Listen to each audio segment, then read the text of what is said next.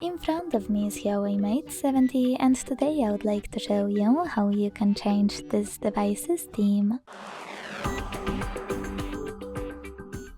All you need to do is go into Themes app and tap on a perfect theme for you in one of those categories.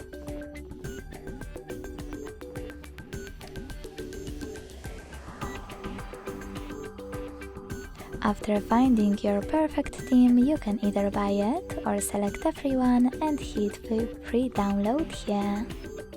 Then wait, choose Customize to adjust this or hit apply right away and decide if you wish to keep magazine on lock by choosing discard or keep in the pop-up.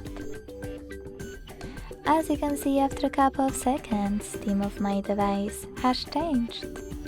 To go back to your default theme, hit Settings, tap on Home Screen and Style, go into Themes and tap on your default one to apply it. Thanks so much for watching. If you enjoyed this video, leave a like, comment and subscribe. Bye!